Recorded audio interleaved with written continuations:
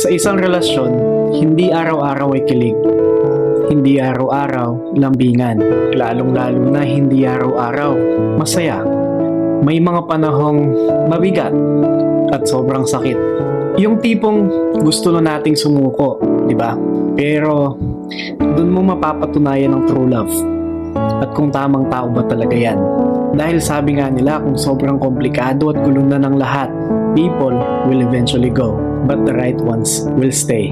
Yung tipong hindi sila magsasawang ipaglaban ka, piliin ka, mahalin ka, at lagi siyang maghahanap ng rason para hindi ka mawala sa kanya. Kaya tandaan mo, the right person will stay and help you build a wonderful relationship even when times are hard.